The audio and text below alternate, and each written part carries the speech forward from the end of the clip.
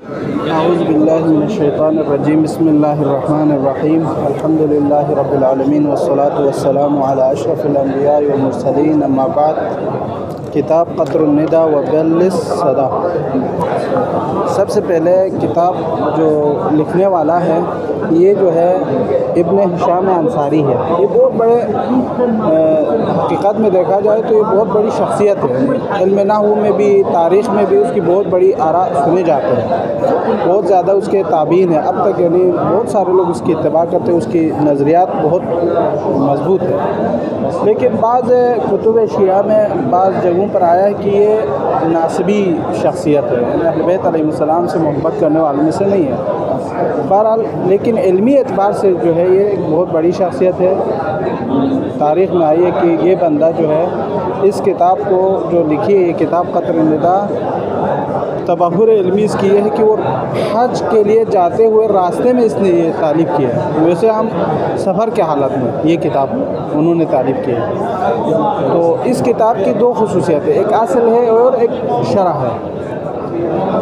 بہت سارے لوگ مثلا ہم لمحے کو دیکھا جائے یا کسی بھی کتاب کو دیکھا جائے تو پہلے شہید اول اپنی عبارت بتاتے ہیں، پھر اس کے بعد شہید ثانیہ کی اس کی تشریح کرتے ہیں، لیکن یہاں پہ شارح بھی خود ابن ہشام انصاری ہے اور ماتن بھی کون ہے؟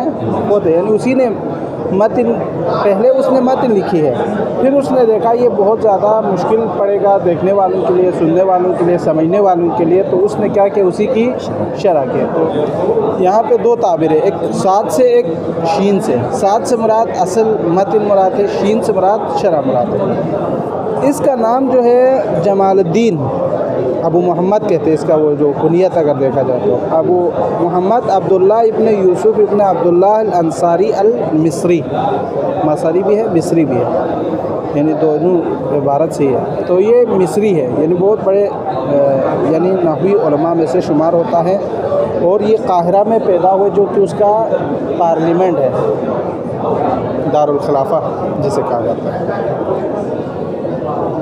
708 ہجری میں یہ پیدا ہوئے، اور اس کی یہ کتاب جو ہے قطر الندى، یہ نحوی اعتبار سے دیکھا جائے تو یہ چھوٹی کتاب ہے۔ اس کی اور بھی کتابیں تقریباً 17 کے قریب جانی اس کے جو ہے تالیفات موجود ہیں، آپ اس کی جو کتاب کے تالیفات میں دیکھ سکتے ہیں۔ یہ چھوٹی کتاب ہے ان میں سے، ٹھیک ہے۔ اور اس کی وفات جو ہے 761 ہجری میں بتائے جاتے ہیں، لیلۃ الخمیس، شب خمیس کو، 5 ذی القعدہ سنہ 761 ہجری میں یہ وفات ہوئی اس کی۔ تو سب سے پہلے ہم جاننا چاہتے ہیں کہ کتاب قطر الندى وبل الصدى کا معنی کیا ہے۔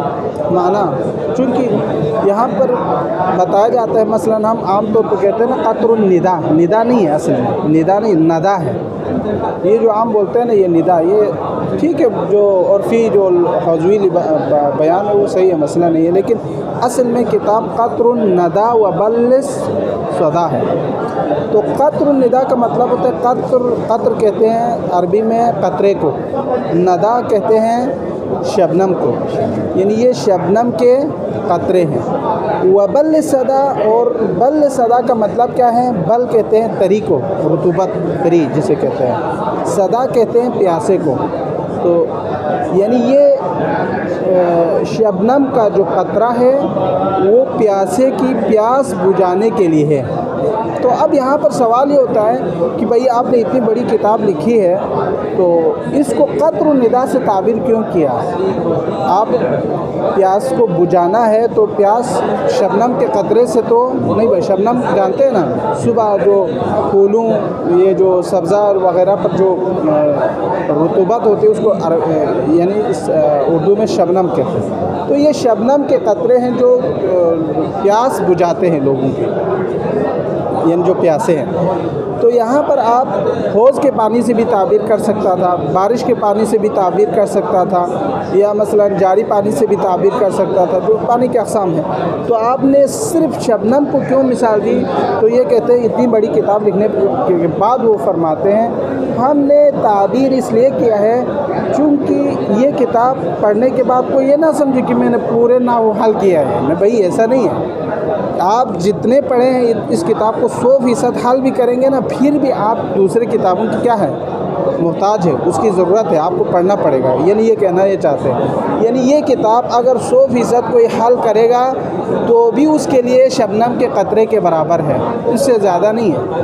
تو ہمارے پاک و ہند میں اگر دیکھا جائے تو وہاں پر عوامل ہے، ہدایہ سمدیہ ہے، اور اس کے بعد جو باقی نحو کی کتاب ہے وہ پڑھنے کے بعد یہ پڑھیں گے تو یہ بہت آسان ہے. لیکن یہاں عراق میں جو حوزات علمیہ ہے، شاید ایران میں بھی ہو، مشہد میں بھی ہو، ان میں یہ ہوتا ہے کہ سب سے پہلے آجرومیہ پڑھتے ہیں کتاب، اس کے بعد جو ہے قطر الندیٰ پڑھتے ہیں. تو یہ یہاں پر اس طرح کا سسٹم ہے. لیکن ہمارے لیے آسان ہے چونکہ ہم نے بہت کتابیں پڑھ کے آئے ہیں، تو یہ کتاب ہمارے لیے بہت آسان ہوگا. ٹھیک ہے. تو یہاں تک ایک بات کلیئر ہو گئی جو مصنف کی جو تعریضات اور اس کے حوالے سے. تو سب سے پہلے مصنف ساتھ سے شروع کرتے ہیں کتاب میں، الکلمۃ قول مفرد. کلمہ کیا ہے؟ قول مفرد ہے. یہ مصنف کا جو اصل ہے، متن ہے، عبارت ہے. کلمہ کسے کہتے ہیں؟ تو یہاں پر کہتے ہیں کہ کلمہ سے مراد کلمہ جو ہے قول مفرد ہے. یہ کتاب ہم جو ہے نا، اگر آپ کو کہیں سمجھ نہ آئے تو پڑھیں، سوال کریں یا پوچھیں یا کسی بھی طریقے سے، چونکہ اس کے حل کرنے سے صرف یہ فائدے نہیں کہ آپ کو نحو حل ہوگا، بلکہ یہاں پر جو ہے قرآن کے آیت کے ترجمے اور اس کے مفاہیم اور نحو کے سمجھنے کا انداز، یہ سب بہت بہترین انداز میں سلیس الفاظ کے ساتھ مصنف نے جو ہے اس کو بیان کیا ہوا ہے. تو بہترین ہے، یعنی یہ سمجھنے کی کتاب ہے. تو فرماتے ہیں الکلمۃ قول مفرد. یہ متن ہے. کلمہ کسے کہتے ہیں؟ تو کہتے ہیں قول ہے، مفرد ہے، مفرد قول. اب اس کی جو تشریح ہے وہ بعد میں شرح میں وہ کر رہے ہیں، ٹھیک ہے. لیکن شرح میں وہ فرماتے ہیں کلمہ جو ہے لغت میں کسے کہتے ہیں؟ خود کلمہ پہلے آیا نا، کلمہ قول مفرد. کلمہ کسے کہتے ہیں؟ سوال. تو آپ کہیں کلمہ جو ہے قول مفرد ہے. یہ ایک بات ہوگی. اب اس کی تشریح آئیں گی ان تینوں الفاظ کے، کلمہ کسے کہتے ہیں، قول کسے کہتے ہیں، مفرد کسے کہتے ہیں. یہ ابھی آ رہا ہے، ٹھیک ہے. جہاں تک پہنچے ہم دیکھیں گے. تو شرح میں فرماتے ہیں کلمہ جو ہے لغت میں کسے کہتے ہیں؟ لغت میں کلمہ کہتے ہیں، لغت سے مراد عام جو عربی جو لغت ہے اس میں لفظ کلمہ اطلاق آتے ہیں ہر جملے مفیدہ پر. یہ نہیں کہ مثلا لفظ ایک دو لفظ میں نہیں. ہم کبھی کبھار ہم تقریرات میں، خطابات میں، مجالس میں، محافل میں ہم استعمال کرتے ہیں. میں انشاءاللہ ہو سکے تو اس 5 منٹ میں چند کلمات عرض کروں گا. یعنی کیا مطلب؟ 5-6 کلمات جو مفید ہے وہ بیان کروں گا. اس کا مطلب یہ ہوتا ہے. تو یہ اکثر خطبہ استعمال کرتے ہیں. یعنی میں آپ کے لیے چند کلمات پیش کروں گا اس میں، یعنی چند مفید جملے. تو لغت عرب میں کلمہ جو ہے جملے مفیدہ کے لیے استعمال ہوتے ہیں. جیسے قرآن کی آیت یہاں پر کہتے ہیں، بیان کر رہے ہیں، کلا انہا کلمۃ ہوا قائلہا. کلا نہیں، ایسا نہیں ہے. ہوا انہا کلمۃ ہوا قائلہا، یہ ایک ایسا کلمہ ہے جو اس نے کہا ہے. یہ کس کے جواب میں ہے؟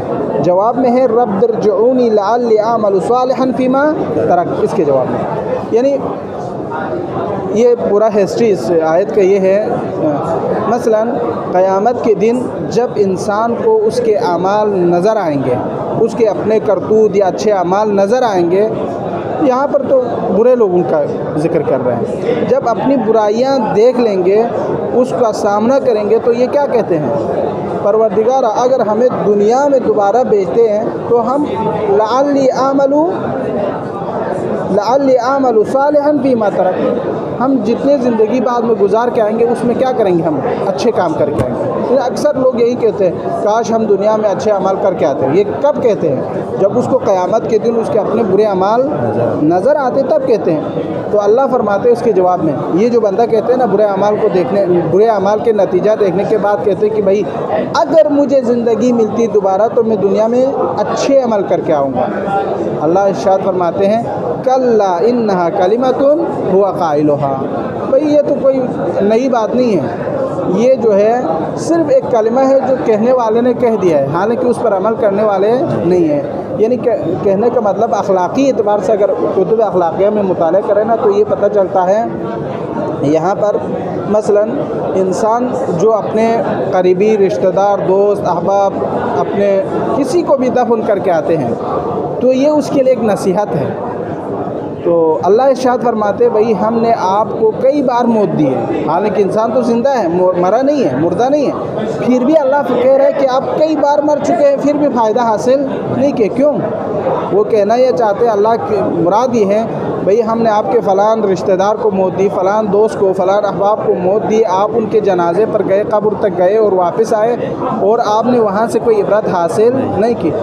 یعنی آپ کے دوست کا مرنا، آپ کے رشتہ دار کا مرنا گویا کہ آپ کا مرنا تھا، آپ نے ان سے عبرت حاصل کرنا تھا، تو آپ نے ان سے عبرت حاصل نہیں کی تو اب کیا عبرت حاصل کرو گے؟ اب بھی یعنی اگر میں تمہیں زندہ کر کے دوبارہ دنیا میں بھیج دوں تب بھی تم نے اس سے ہدایت نہیں حاصل کرنا۔ تو یہ کہنا چاہتے ہیں، یعنی رب ارجعونی، یہ جو گنہگار ہے وہ اپنے اعمال کو دیکھنے کے بعد کہتے ہیں رب ارجعونی، پروردگارا مجھے اپنے پاس، مجھے واپس پلٹائیں، لعلی اعمل صالحا، کیوں؟ تاکہ میں اچھا کام کر کے آؤں، فیما ترک، جتنے بھی آپ مجھے زندگی دیں گے میں اس میں کیا کروں گا؟ اچھا عمل کر کے آؤں گا، بہترین عمل کروں گا۔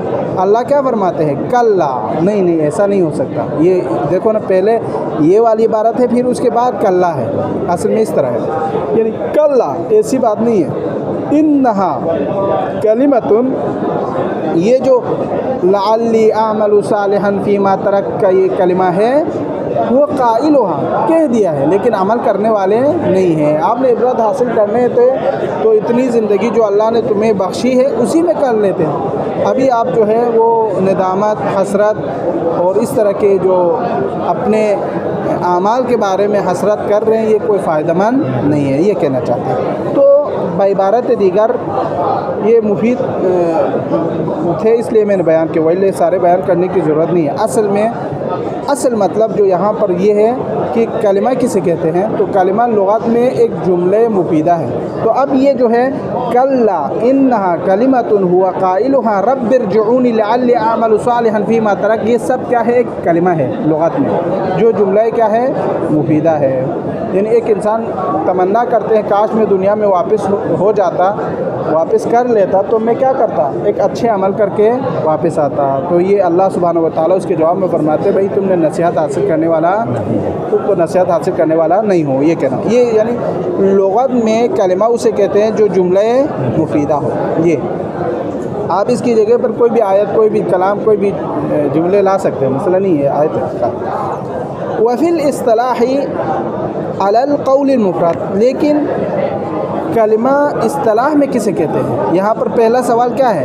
کلمہ لغت میں کسے کہتے ہیں؟ تو آپ نے جواب لکھنا ہے الکلمۃ فی اللغۃ تطلق علی الجمل المفیدہ، مفید جملوں کے لیے کلمہ کہا جاتا ہے لغت میں۔ لیکن وفی اصطلاح میں کسے کہتے ہیں؟ فرماتے ہیں علی القول المفرد، اس کو قول مفرد کو کہا جاتا ہے کلمہ، ٹھیک ہے۔ یہ اب یہاں پر قول کسے کہتے ہیں اور مفرد کسے کہتے ہیں؟ سب سے پہلے متن میں کہا کلمہ قول مفرد، کلمہ لغت میں کسے کہتے ہیں؟ جملہ مفیدہ، اصطلاح میں قول مفرد کو۔ اب قول اور مفرد کسے کہتے ہیں؟ تو فرماتے ہیں قول سے مراد جو ہے لفظ ہے جو کسی معنی پر دلالت کرے، لفظ الدال علی معنی، کسی معنی پر دلالت کرے۔ مثلا کوئی بھی لفظ، رجل، فرس، امر، بکر، یہ جو جتنے الفاظ آپ بولیں گے اگر وہ معنی پر دلالت کر رہے ہو تو اسے کیا کہتے ہیں؟ لفظ کے قول کہتے ہیں۔ قول ایسا لفظ ہے جو معنی پر کیا کریں؟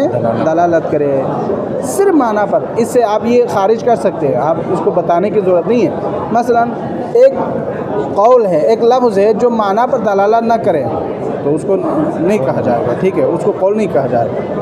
تو اس طرح یعنی ہر لفظ جو معنی پر دلالت کرے اسے قول کہا جاتا ہے۔ اب لفظ کسے کہتے ہیں؟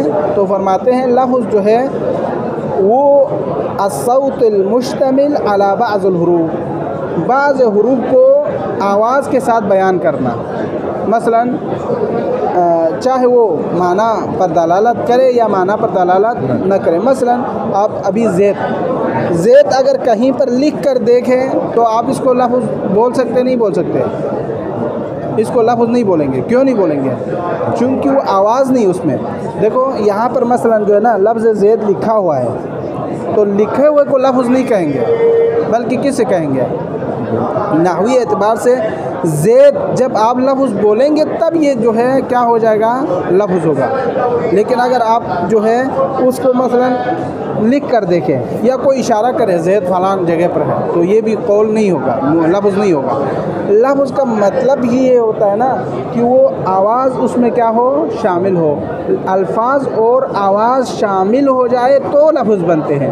چاہے وہ لفظ پھر آواز شامل ہونے کے بعد کسی معنی پر دلالت کر رہے ہو یا کسی معنی پر دلالت نہیں کر رہے ہو. دلالت کرے اسے مہمل مستعمل کہا جاتا ہے، معنی پر دلالت نہ کرے اسے مہمل کہا جاتا ہے.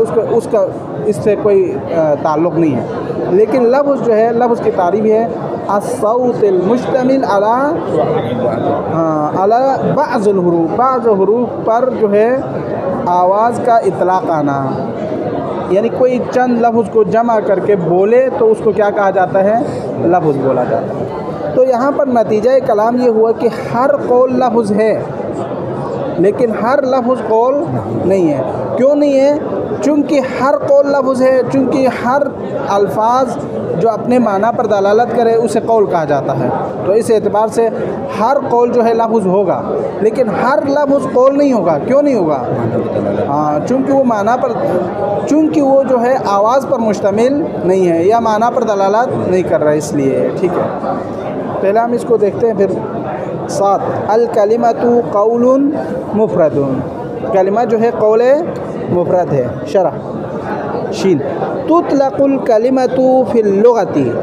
کلمہ لغت میں اطلاق آتے ہیں علی الجمل المفیدہ، علی الجمل المفیدہ، جملہ مفیدہ پر، فائدہ دینے والے جملے.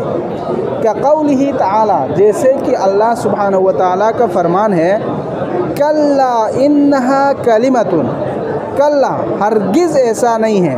کلا کا مطلب کیا ہے؟ ہرگز ایسا نہیں. آپ ان جو ہے نا الفاظ کو، معنی کو ذہن میں رکھیں تاکہ آپ کو تفسیر میں بھی کام آئیں گے. ٹھیک ہے، یہ ایک کتاب پڑھیں نا اس میں بہت زیادہ دقت سے پڑھیں گے تو کئی کتاب ایسے ہی حل ہو جائیں گے. ٹھیک ہے، یہ الفاظ بہت ضروری ہے، ان کے معنی 100% یاد رکھنا چاہیے تاکہ ہمیں ہر کتابت میں کام آئیں گے. دوسری کتاب حل کرنے میں، عربی پڑھنے میں، سمجھنے میں بہت زیادہ مفید ہوگا. کلا کا مطلب ہے ہرگز ایسا نہیں.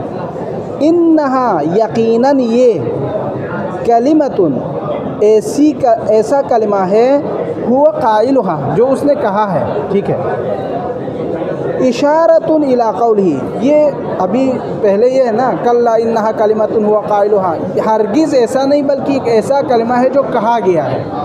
یہ کس کی طرف اشارہ ہے؟ یہ اشارہ ہے الی قولہ، یہ جواب ہے کس کے لیے؟ اس قول کے لیے جو ابھی آ رہے ہیں. رب ارجعونی، گنہگار قیامت کے دن دعا کرتے ہیں، اپنے پروردگار سے پکارتے ہیں رب ارجعونی، اے پروردگار مجھے واپس پلٹائیں. یہاں پر اصل میں جو ہے یا رب ارجعونی، اے پروردگار، یا حرف ندا حذف. ٹھیک ہے، یا رب ارجعونی، اے پروردگار مجھے پلٹائیں. لعلی، کہاں پر؟ دنیا میں پلٹائے، جو جہاں پر بس کے آئے ہیں. لعلی، تاکہ کیا کرے؟ اعمل صالحا، عمل صالح انجام دے. فیما ترک، جتنی بھی زندگی وہاں پر آپ ہمیں دیں گے ہم کیا کریں گے؟ اس میں اچھے اعمال انجام دیں گے. تو یہ جو ہے یہاں پر جتنا جہاں تک بیان کیا اس میں یہ مراد ہے کہ کلمہ جو ہے لغت میں جملے مفیدہ کے لیے ہے. وفی الاصطلاح، لیکن اصطلاح میں کسے کہتے ہیں؟ علی القول المفرد، کلمہ جو ہے قول مفرد کو کہا جاتا ہے. ٹھیک ہے، اب یہاں پر قول ایک مفرد دو لفظ بیان کیے. دیکھو یہاں پر دقت نحو میں یہ آپ سے ابھی سے جو ہے نا یہ سمجھنا چاہیے، دقیق بحثیں کرتے ہیں. ابھی لغت کے اعتبار سے کہا کہ کلمہ قول مفرد، کلمہ جو ہے جملہ مفیدہ، احسن، جملہ مفیدہ پر اطلاق آتے ہیں، اس کو کلمہ کہتے ہیں اصطلاح میں قول مفرد کو.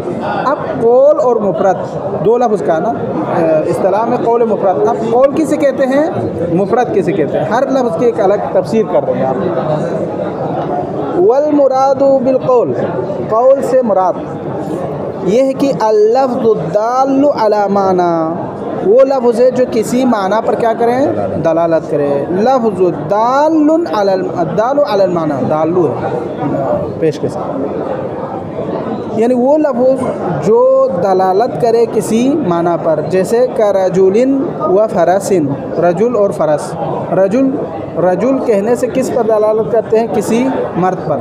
و فرس کسی گھوڑا، فرس کہتے ہیں گھوڑے کو، ٹھیک ہے.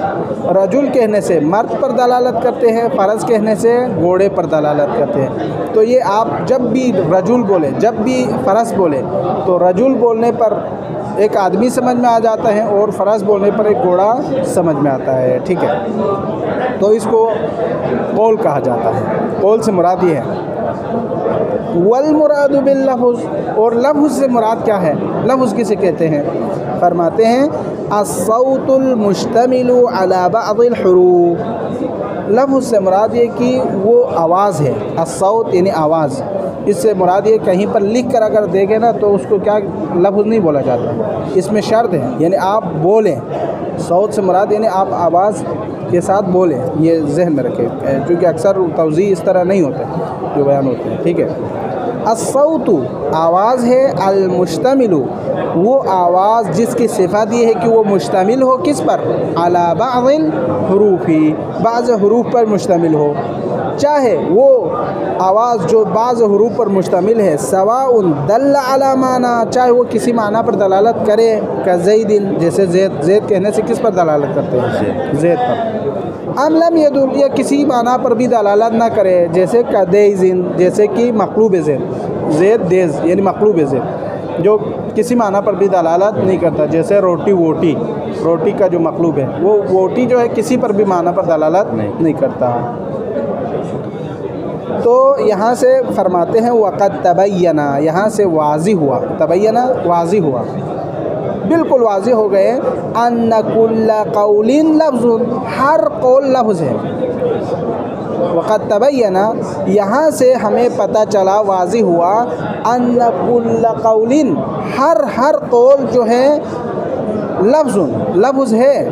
ولا ينعكس یعنی ہر لفظ قول نہیں ہے، چونکہ قول سے مراد ہر لفظ کا اپنے معنی پر دلالت کرنا ہے، تو اس اعتبار سے لفظ بھی اپنے معنی پر دلالت کرتے ہیں، تو اس کو شامل کر لیا. یعنی لفظ کے اندر عمومیت، قول کے اندر کیا ہے؟ عمومیت ہے، یعنی ہر لفظ جو معنی پر دلالت کرے، تو اس اعتبار سے لفظ شامل ہے، کیونکہ لفظ بھی کیا کرتے ہیں؟ معنی پر دلالت کرتے ہیں. صوت المشتمل علی معنی ہے اور معنی پر دلالت کرتے ہیں، اس اعتبار سے اس کو بھی شامل ہے. یعنی قول کے اندر دو چیزیں آ گئی، خود قول کسے کہتے ہیں؟ لفظ کا معنی پر دلالت کرنا، اور اس میں لفظ بھی شامل ہو گئے، کیونکہ وہ بھی کسی معنی پر کیا کرتے ہیں؟ دلالت کرتے ہیں. لیکن اس کا خلاف نہیں ہوگا. کیسے نہیں ہوگا؟ مثلا ہر لفظ قول نہیں ہے. کیوں نہیں ہے؟ چونکہ ہر لفظ جو ہے معنی پر دلالت کرتے ہیں، لیکن غیر معنی پر بھی کیا کرتے ہیں؟ دلالت کرتے ہیں. اس اعتبار سے وہ قول میں شامل نہیں ہوگا. تو آپ یوں کہیں ہر قول لفظ ہے لیکن ہر لفظ قول نہیں ہے، ٹھیک ہے. یہ قول کی تفسیر ہو گئی. قول مفرد کا قول کے یعنی حالت جو ہے ہم نے یہاں پر بیان کی.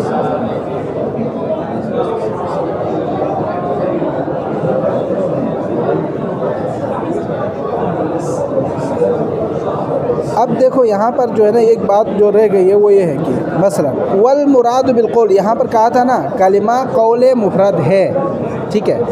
تو قول سے مراد کیا ہے؟ لفظ الدال علی معنی، وہ لفظ ہے جو معنی پر دلالت کرے. تو یہاں پر قول کی تفسیر ہو گئی. اب یہ جو لفظ سے مراد جو آواز ہے بعض حروف پر مشتمل ہو، یہ کس کی تفسیر کر رہے ہیں؟ یہ اوپر قول کے اندر جو لفظ ہے، قول کے اندر لفظ آیا نا اللفظ الدال علی معنی، اس کی تشریح کی ہے. یعنی لفظ جو ہے وہ آواز ہے جو چند حروف پر مشتمل ہو، چاہے وہ معنی پر دلالت کرے کسی معنی پر یا کسی معنی پر دلالت نہ کرے. اس کو یہ بیان ہوا. اب آگے بیان کے آخر میں کہ ہر قول لفظ ہے لیکن ہر لفظ قول نہیں ہے. اس کی وجہ بھی ہم نے ابھی بیان کی ہے. آگے پڑھے یا رکھیں؟ ہاں. والمراد بالمفرد، مفرد کسے کہتے ہیں؟ قول مفرد کا نا قول کی بحث، کلمہ قول مفرد ہے یہ کہہ دیا. اب مفرد کسے کہتے ہیں؟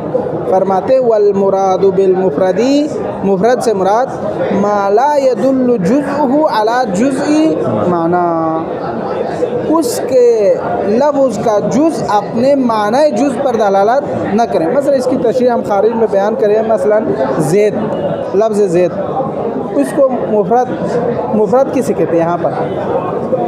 تو زید کے اندر کتنے حروف ہیں؟ زید کے اندر حروف ہے زے، یہ دال، یہ 3 ہے، ٹھیک ہے۔